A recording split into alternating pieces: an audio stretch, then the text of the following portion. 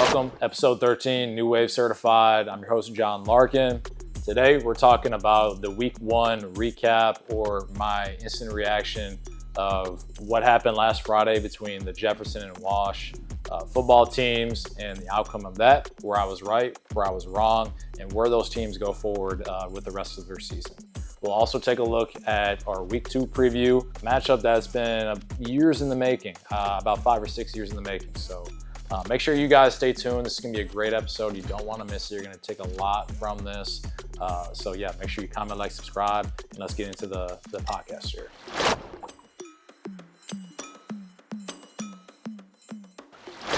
All right, so Jeff versus Wash, man. We made the trip over to Kingston Stadium to watch those two teams play. And man, I can tell you what, I was completely caught off guard with what actually unfolded. I had a certain expectation for how I thought the game was going to go. And let me tell you, it certainly didn't go the way I thought it was going to go. To an extent, there were some things I was right about, but then there was a lot of things that I was certainly not expecting. But before we get into all that, where I was right, where I was wrong, let's talk a little bit about the flow of the game. So in this case, Jeff got the ball first, start the game. They go down. They run a great scripted offense, used a lot of cadence, a lot of pre-snap motion, and executed a lot of their plays at a high level. I think they went the full length of the field, converted all their third downs, obviously, and then ended up scoring a touchdown. And so they looked real good. They looked efficient. They looked put together. They looked very polished in that sense. Jeff on defense got a stop. So they're up 7-0. Okay, well, next possession, still first quarter. Our guy, Weza Calilero, breaks off a 79-yard touchdown run. They go up 14-0, right? I'm sitting here thinking, oh, okay, 14-0, Jeff. I got people calling me, asking me what the score of the game is. I'm telling them what the score is. They get all excited. They think this is the year for Jeff. Okay, well, we'll see. Very next play. Grady McGuire, quarterback for the Washington Warriors, breaks off. I want to say it was like 80 yards. Touchdown run. QB keep. Right up the middle. Bounced it out the right sideline. Ran it all the way to the house. At first, I didn't even know it was the quarterback running the ball. I just saw number 7, and I'm like, oh, man, that kid's got wheels. And then later after the game, I actually found out that it was the quarterback that took that. So it happened like that. It was happened so fast that I actually missed the beginning of the play. But, okay, 14-7. Jeff still got a 7-point lead in first quarter. They go down and score again. Weza, he breaks a couple, nice runs, and Vern hits LJ on a 43-yard pass, puts him down on like the 5-yard line, so to speak. And Weza, he bounces off a tackle, gets in for a 5-yard touchdown. So now Jeff's up 21-7 in the first quarter. And, I'm sitting on the Jeff side, and, I'm sitting next to a former coach, and he's sitting there saying, if they can go up 35 to whatever, it's over with.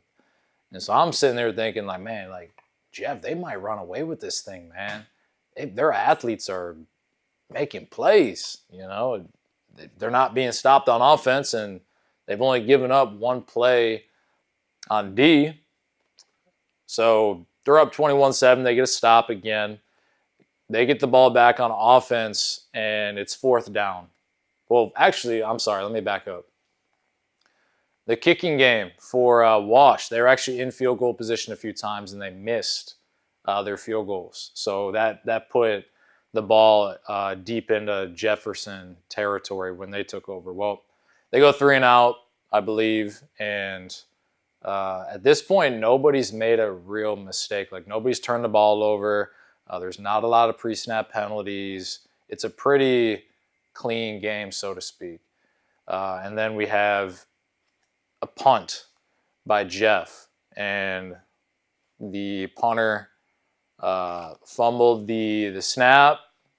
The long snap. He fumbled it, put it on the turf. sort of panicked a little bit, and he got tackled behind the sticks. So it's a turnover on downs deep in Jeff territory. And one of the things that we didn't talk about was, last week we talked about the team that made the least amount of mistakes was going to win, but we didn't talk about the importance of capitalizing off of turnovers and mistakes. And that's exactly what Wash did to get themselves back into this game. Again, they were down 21-7. They go out, they take advantage of these opportunities that were given to them, and they tie it up 21-21 at half. So it's a brand new game, 0-0 essentially. And I remember, sitting at halftime, and I'm on live, and I'm talking about things that maybe Jeff can do to slow down their offense, Washington's offense, because at this point they've been running the ball pretty well.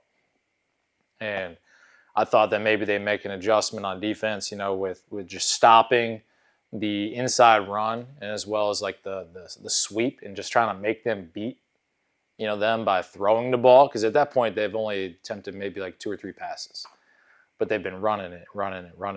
So I thought they were going to make that adjustment on defense. And then on offense, I really wasn't quite sure how to wrap my head around where they were going, based off of how they started the game. So when they started the game, it seemed like they were really getting their players out in space. And again, they were manipulating the cadence, and they were using a lot of pre-snap motion, but I didn't really see much of that the rest of the game. But I could be wrong. I mean, I'm watching it from the fans' perspective as well. So, long story short, Jeff could not stop the Washington running attack. And then they just got killed by a couple big plays by Wash. They had a touchdown. They actually threw for a touchdown, believe it or not. My boy Bonnie had a receiving touchdown in the red zone. And that was kind of just the nail in the coffin. They were up 35-21. They ended up scoring 28 unanswered points to go ahead and win that game. So, I could feel kind of the disappointment, from the fans and the Jeff side. But, you got to just pick your head up and learn and kind of move on to the next week, the next opportunity, because you can't dwell on what happened before. It's always that next man up, next rep mentality. Otherwise, you're just going to be stuck in your old ways. So turning the page, where was I right? Where was I wrong? First of all, if I was wrong about the edge that Jeff had it for their playmakers, I really thought that they had better athletes out in space. But I tell you what, man, I got a lot more respect for all them DBs that played over there at Wash, man. They were making plays. Like, they were playing out of the roof. They were coming down fast. They were making tackles, and they were making plays on the ball. A lot of PBUs. A couple of them could have actually been pick sixes, because they were throwing to the flats a lot, and some of them corners were almost there to jump those passes. But nonetheless, they really impressed me. Wash's secondary did. So that's where I was wrong. Where I was right was about the spacing for Jeff. I do think that on offense they were having a lot of success spacing the ball out, getting the ball out to the flats, stretching the defense horizontally, and then countering that with ways of running the ball effectively. He was very effective in the first half running the ball. Especially when you're throwing that ball out to the flats, linebackers are going to be spread out a little bit more, so that creates a little bit more space for him to navigate throughout the offense. Where I was wrong, the Washington offense, man, I was very surprised that they were able to spring bigger plays. Like I talked about earlier, that quarterback, man, I didn't know he had that. I mean, I knew he was a tough player, but I didn't know he had speed like that. And they're guys, they just could not be stopped. They dominated the trenches in that sense, and that's something that we did talk about was how well Jefferson's defensive line was going to play against a tough, physical Washington football team. So that's kind of where I was wrong about Wash, but where I was right, was the special teams and the importance of that. Uh, I thought that the team that was going to make the most plays on special teams was going to have a better opportunity to win, and they both got stops on special teams, but at the end of the day, it really was a sense of like made a few too many mistakes there to put them in a position to score. Other than that, though, I do want to comment about the emotions, right? I did say that the team that I thought the team that was going to manage their emotions the best was going to win. And at first, I truly felt that Jeff was managing their emotions very well, just based on how they came out. Like I said, they were polished. They looked really good. They looked very efficient. They looked put together. They looked organized. They got up big, a lot of emotion. You know what I mean? They got really high, and I remember hearing somebody from the Wash side and what they were thinking about when they were down 21-7. And they said that they just didn't really flinch. They didn't really care. They saw that Jeff was excited, with their level of execution, but they just knew that there were still 3 quarters left to play. So they kind of stayed a little bit more level with their emotions, and that ended up paying dividends to them throughout the game. So, but what is next for these two programs? Wash, you're 1-0 in 4A. You secured a large victory, in the first opening, series here, I guess. But I think you learned a lot about the type of team they are, especially when you're down 21-7. How are you going to respond to that type of adversity? And I think that's something that they're going to be able to carry with them throughout the season. Jeff, 0-1. Like I talked about earlier, it's going to be about how are you going to respond? How are you going to get back up? Are you going to look past this? I know it hurts anytime you have something that has a lot of history and a lot of passion involved, but it's a new week, and it's easier said than done, but that's going to be a big challenge. How are they going to move on and ultimately learn from this experience? How are they going to learn and get better from this opportunity? So wishing both of those teams best of luck, especially all the players that got to play in that game. They all made really good plays, and I'm very, very proud with both sides and how hard they fought with one another. Anyway, moving forward, week 2 preview. Man, I think this is a game that's been chalked up, that's been circled. People have been talking about this for about, I want to say like 5 or 6 years. People have been waiting for this game 5 or 6 years. I think it's been. I think everybody can kind of take a guess at who I'm talking about here. Kennedy versus Prairie. Great matchup here. Honestly, could be one of the biggest games of the year here in Iowa.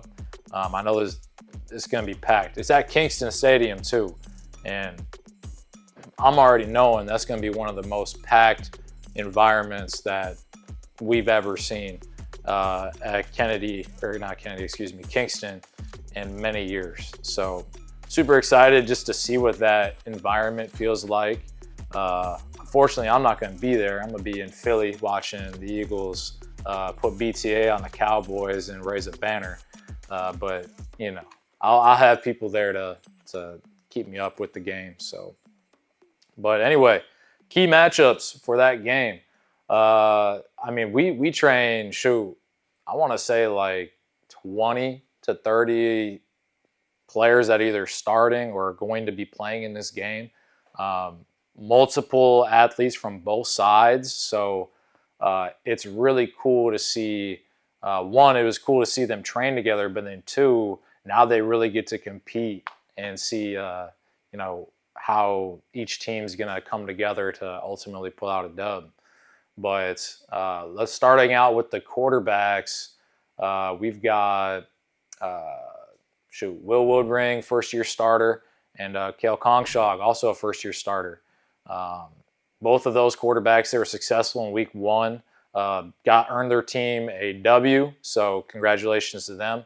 I think that, it's going to come down for those two. This is a big game for them. They don't have very much experience playing in these types of games, right? Last week you played against, if you're Kennedy, you played against Dubuque Hempstead on the road. Put up a lot of points there. It sounded like they got off to a slow start, but that actually could be something that we look at is how fast does Kennedy get off to a start? Are they going to come out slow or are they going to come out fast? You don't want to come out too slow. You don't want to get too far behind in a big game like this. So we'll see how that goes. And then for Prairie's quarterback, they played Linmar after a long rain delay. They were also on the road. So back-to-back road games for Prairie. I think both of those quarterbacks is going to come down to who's going to settle into the game first, who's going to just manage the offense the best. And ultimately, you want to see them make plays, but just don't turn the ball over, okay? Don't turn the ball over. Put your team in a position that they can make plays, get your playmakers the ball.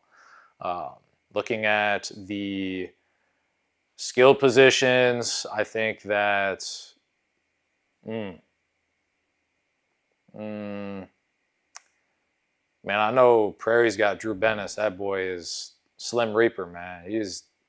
He's something else. He had a 90-yard punt return. Special teams, man, I'm telling you, special teams. 90-yard punt return last week. So we'll see if that comes into play again this week.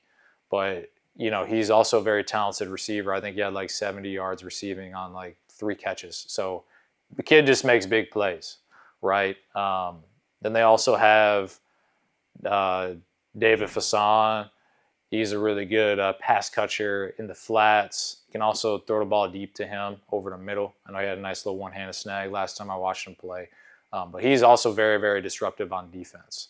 But other than that, though, Kennedy, their skill positions, the receivers, they've got a lot of different guys that can make plays. I do think that they have more depth at wide receiver than what Prairie does. So it'll be interesting to see how involved each piece of that Kennedy receiving core gets and who's really going to make the play. Now that I think about it, the tight end, Deacon Kuchera for Kennedy, made a lot of plays for them on both offense and defense, it sounds like. So you got 2 physical players in Kuchera and in David. So we'll see, how that coincides. So each team's kind of got their own guy in that sense.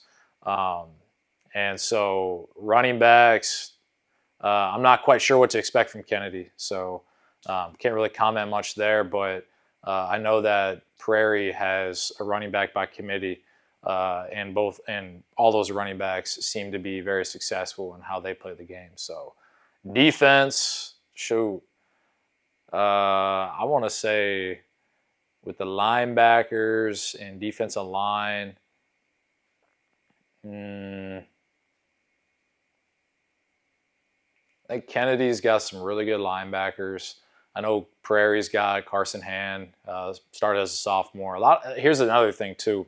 A lot of those players at Prairie started their sophomore year, so they have a lot more experience in these types of games versus what this Kennedy team does.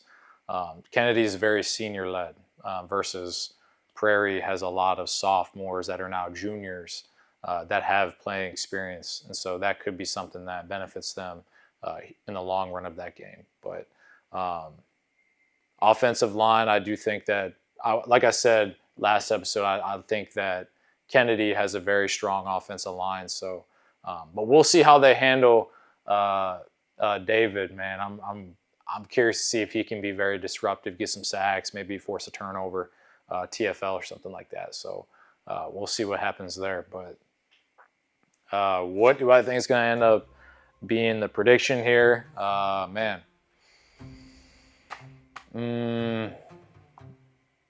Prairie scored 38. points against Linmar on the road. 38-0 was the final score to that one. And I want to say Kennedy put up 41.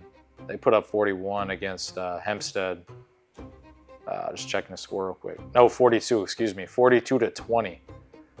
So, I mean, Prairie hasn't allowed a single point yet this season, and they've put up 38. I don't know how good Linmar is. I don't really know much about them, or, you know, Hempstead for that matter, but I think that what team starts out faster is definitely going to get ahead, and it's going to be a matter of playing catch up for the opposing side. And so whenever that happens, the game script flips, and it comes down to either, if you're trailing, you're gonna have to throw the ball a little bit more, right? You're gonna have to deviate a little bit from maybe what you do best.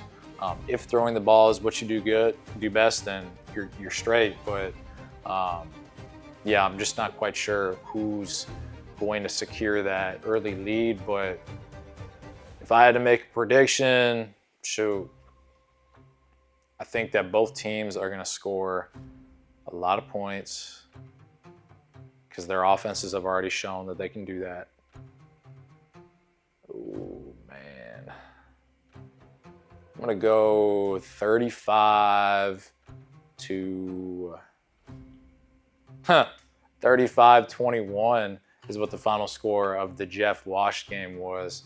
I wouldn't doubt it if it was kind of a similar outcome there, 35-21. But I've got Prairie taking this one. Sorry, all my homeboys at Kennedy, man. I love y'all, but I do think that Prairie has an edge in this one. So, other than that, though, we went down to watch Drake in Upper Iowa play. I got to see some of our guys play in that one, see some familiar faces and stuff like that. That's the first time I've ever been to Drake for a football game. Very unique environment, pretty sweet, actually. You know, I definitely see why parents love going to that stuff, because it seems like everybody kind of knows each other there. So, shoot, they were lighting off fireworks, doing all this stuff. But yeah, they definitely put a rout on of the Upper Iowa Peacocks. But our guys, they looked good, looked like they had some opportunities, and I'm just really excited to see, you know, how the rest of the season pans out for them. But yeah, we'll definitely keep you guys updated on like how the rest of the college guys are doing. Week one, I know that a lot of the teams that our guys played for, their team actually ended up blowing out the other team. So there really wasn't much that happened. So, you know, there's not really much to cover there. But other than that, though, I think that's all I got for you today. I'll make sure that I check back in with you next week. But appreciate you guys watching. Episode 13, New Wave Certified. Make sure y'all comment, like, subscribe, and we'll see you next time.